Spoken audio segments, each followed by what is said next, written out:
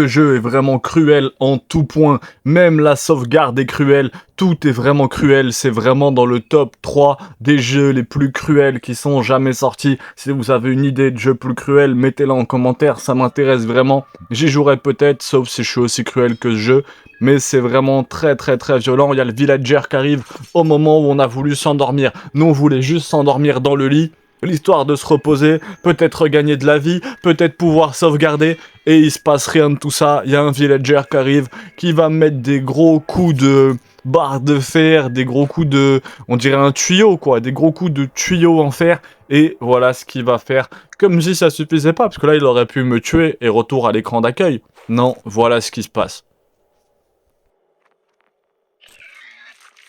Mais c'est horrible. Les cochons, ils sont en train de te manger. Oh non. Putain, il m'a vraiment jeté en pâturage.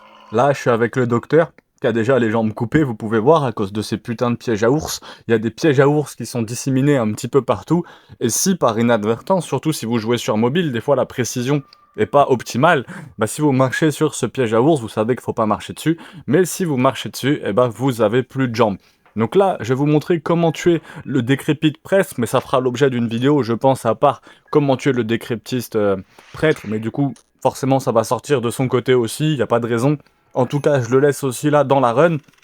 On va voir qu'avec Rev Up et avec plusieurs attaques aussi, le pistolet fait extrêmement mal, 291. J'ai pas eu besoin de beaucoup de balles pour l'éliminer totalement. C'est un mob qui est assez résistant mais qui est quand même tuable. Enfin, je connais Firehanger, doit y avoir beaucoup plus dur. Voilà, il a suffi là de lui mettre quelques balles de pistolet pour l'éliminer. Sachant que j'arrivais avec très peu de vie, très peu de jambes, enfin même pas de jambes et très peu de vie. Donc c'est un mob qui est tuable assez facilement. Je suis revenu après avec... donc en essayant le boxeur, là c'est la run qui va arriver juste après, en essayant le boxeur, et forcément j'ai eu de grosses difficultés à le tuer. Je pense qu'il est tuable très facilement, faut juste avoir la combine, que je vais trouver hein, sans aucun souci. Mais là avec le pistolet, même sans jambes, le docteur il a réussi à l'éliminer très facilement. Est-ce que ça libère la save à gauche et ça vous permet de sauvegarder tranquillement? Je suis pas sûr qu'il y ait une save à gauche. Mais c'est ce que ça peut vous permettre de trouver un endroit où sauvegarder tranquillement. C'est une possibilité. Après, c'est pas un jeu qui est fait justement pour être sauvegardé. C'est vraiment un jeu qui est fait pour lui-même, en fait, pour s'auto-suffire, j'ai un peu l'impression. Et c'est ce qui me plaît dans ce jeu, moi, c'est que ça dépend comment vous y jouez. Si vous y jouez en mode « Ah, j'ai envie de progresser », vous allez pas vous plaire dans ce jeu-là, faut progresser à chaque fois, mais si vous y jouez en vous disant j'ai envie de compléter une barre, de trouver tel item, jouer à Assassin's Creed et ramasser les 50 plumes qui sont disséminées partout sur la map. Là, c'est vraiment pas un jeu qui est comme ça, et c'est très bien de ramasser 50 plumes sur la map, hein, ça divertit aussi, il faut des très bons jeux, mais là, on est sur un divertissement bien différent. Moi, ce que j'aime bien faire, ou là, en tout cas, la mode où je prends le plus de plaisir, que ça soit sur Fear and Hunger 1 ou sur celui-là, c'est de me dire, vas-y, je lance une run jusqu'à ce que je meure, je tente des trucs un peu différents, je vois ce qui se passe. L'expérimentation, je voulais vous parler de ça, il y a un jeu qui m'a fait un peu le même effet que Fear and Hunger, c'est Hitman. Et Hitman, donc là, il y a une petite armure à droite, hein, si vous n'avez pas vu, et la caille du Mar Noir. Hitman 2, surtout Hitman 2, moi mon expérience avec, donc là avec lockpicking très important, vous avez vu l'utilité, je pense que c'est le monstre qui se rapproche le plus du mercenaire, le caractère de départ qui se rapproche le plus du mercenaire, le bagarreur, parce qu'il y a même des questions qui sont très similaires entre devenir un voleur, devenir un cambrioleur. Donc avec lockpicking, ça vous permet d'aller à cet endroit et il y a un fusil qui est caché à cet endroit, ça va vachement vous simplifier la partie. De toute façon, comment bien débuter avec le boxeur et comment bien débuter avec chaque classe, ça va être aussi une série de vidéos qui sera disponible sur cette chaîne. Donc n'hésitez pas à vous abonner et à laisser un gros pouce bleu, parce qu'on se rend pas compte du travail qu'il y a, mais avec le nombre de tutos que j'ai sortis et le nombre d'heures de jeu pour se passer sur Fear and Hunger, je pense que ça mérite bien ça. En tout cas, peu importe, je vous disais par rapport à Hitman, justement, j'ai vraiment eu ce ressenti-là, un peu le même que sur Fear and Hunger, où je lance Hitman 2, donc la map de Miami. Je la fais une fois, deux fois, trois fois. Puis je passe à la map suivante, une fois, deux fois, trois fois. Et ainsi de suite, et je finis Hitman 2 comme ça. Et je me dis, merde, je comprends pas le truc génial que tout le monde me dit. Puis après, je me dis, bon, insiste un petit peu. Puis j'insiste un petit peu sur Miami. J'achète le Hitman avec le 1, le 2 et le 3, le packaging complet. Et là, je me dis, tiens.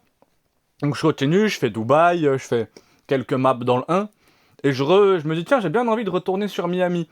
Et je retourne, donc là, Miami, je suis à la fin, je suis à niveau maîtrise 19 sur 20, donc il me reste un niveau de maîtrise pour avoir maîtrisé Miami en ayant fait plusieurs trophées classiques, notamment le trophée sans se déguiser ou le trophée tuer tout le monde sans se faire repérer, qui sont des trophées très sympas.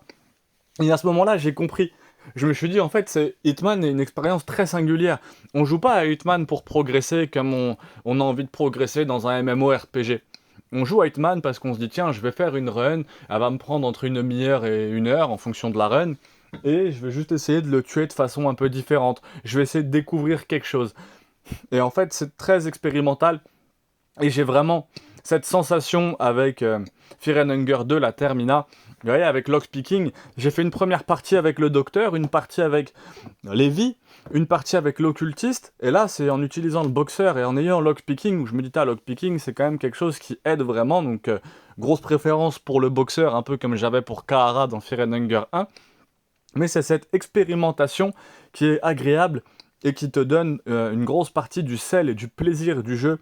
Donc surtout pour un jeu comme Hitman, voilà, j'ai mis beaucoup de temps à apprécier en fait toutes les qualités qu'a Hitman, parce que j'avais tendance à le jouer comme j'aurais joué à un jeu à la troisième personne. Donc à essayer de tuer des gens. Hitman n'est pas du tout fait pour tuer des gens, bien que vous puissiez tuer tout le monde dans le jeu. Mais c'est pas l'essence même du jeu. Elle est pas là. Et c'est très intéressant de voir ça. Pareil pour Fear and Hunger. J'ai eu Bloodborne aussi, un peu à part, mais Bloodborne, la première fois que je joue à Bloodborne, j'arrive jusqu'au père Yernam, je crois que c'est ça, non, c'est pas, le père Gascogne. Donc à Yernam, j'arrive jusqu'au père Gascogne, et le père Gascogne m'élimine, il me massacre 2-3 fois, et là je me dis, mais c'est quoi ce jeu de merde? J'ai désinstallé directement. Et en fait, je n'avais pas compris Bloodborne, tout simplement, je n'avais pas compris Bloodborne. Parce que quelques années plus tard, je me suis séparé de celle chez qui j'avais eu cette expérience avec Bloodborne, je me retrouve tout seul chez moi, et je me dis, tiens, je vois une vidéo, je crois que ça devait être nostalgique, l'horreur de Bloodborne, je relance, et là je me dis, ah ouais, j'arrive jusqu'au père Gascogne, je me dis, putain, le jeu il est quand même bien, quoi. Et j'avais aimé le jeu jusqu'au père Gascogne, et au père Gascogne, le jeu m'avait complètement dégoûté. Et je me suis dit, tiens, force-toi un peu, insiste, puis après 20 tries, 30 tries, j'arrive à éliminer ce père Gascogne, je continue un peu le jeu, et là je comprends. Et là l'illumination, quoi, vraiment le smiley de... Et là je me suis dit, ok, Bloodborne est un jeu tout simplement génial. Et Fear and Hunger, je pense qu'on est vraiment dans le même cas que ces petites histoires que je viens de vous raconter sur Bloodborne et sur Hitman, c'est qu'on est vraiment sur un jeu au même cas. On va pas forcément comprendre, là on va trouver Henrik qui se cache dans le manoir juste ici, on va pas forcément comprendre tout de suite Fear and Hunger. Le jeu il est hostile, le jeu il a pas envie que vous y jouiez, c'est pas comme tous les autres jeux. Fear and Hunger, il vous attend pas, il a pas envie même que vous y jouez. Et c'est justement en insistant qu'on découvre en fait tous les plaisirs, qu'on découvre ma arbre derrière le donjon dans le 1 quand on a sauvé le garde, mais le 1 on s'est tous un petit peu spoilé. Là dans le 2, je vous invite à essayer de le faire le plus possible, surtout que c'est le moment pour l'instant qu'il n'y a pas trop de tutos, qu'il n'y a pas trop de spoil. Parce qu'une fois que tout sera disponible, ça aura beaucoup moins d'intérêt, je pense. Parce que si vous hésitez, vous allez regarder un de mes tutos. Et ce qui reste très intéressant, hein, j'ai joué à Subnautica en regardant quasiment tous les tutos de Subnautica. Mais parce qu'à un moment, je pense que j'aurais même pas réussi à avancer dans le jeu. Et là, je me rends bien compte que je vais être obligé de regarder quelques tutos en anglais aussi. Ça me simplifie quand même mon aventure sur Fear and Hunger de Termina. Mais surtout que là, je le vois un peu en mode YouTuber, parce que j'ai vraiment envie de vous produire des vidéos de qualité sur ce jeu. Enfin bref, voilà, c'est les petites idées qui passent par là. On va retourner, donc là on voit quand même que les menus sont beaucoup plus appréciables que sur le 1. J'ai ramassé un beau paquet de bouquins, Alchemia volume 1, Alchemia volume 3, et j'essayais de chercher un moyen de soigner cette main empoisonnée et ce pied empoisonné. Il a une jambe et une main là qui sont, donc vous pouvez bien sûr utiliser la bonne seau pour en couper un, mais j'aurais préféré les soigner. Et maintenant, à côté des items, vous avez aussi les statuts, donc quel item vous rend du poison, enfin quel item vous soigne du poison, quel item fait antidote. Donc c'est beaucoup mieux indiqué que dans le 1, c'est beaucoup plus agréable, on peut voir les différents effets directement des stats. Malheureusement, je n'avais rien pour soigner mon petit Marco à ce moment-là, mais avec les bons objets de heal, j'ai vu que c'était assez simple de se soigner de la maladie, quoi, de la maladie qu'on peut avoir là sur le bras ou sur la jambe, qui nécessite après l'amputation. Avec un close fragment, bien sûr, vous pouvez arrêter le saignement, ou aussi avec du PQ trouvable près des toilettes. J'ai pas osé rentrer dedans parce que, comme dans Fear and Hunger 1, quand vous sautez dans le trou, vous vous retrouvez enseveli dans ce trou qui n'est autre que l'endroit où les gardiens font leur déjection, et vous ne pouvez plus jamais en sortir.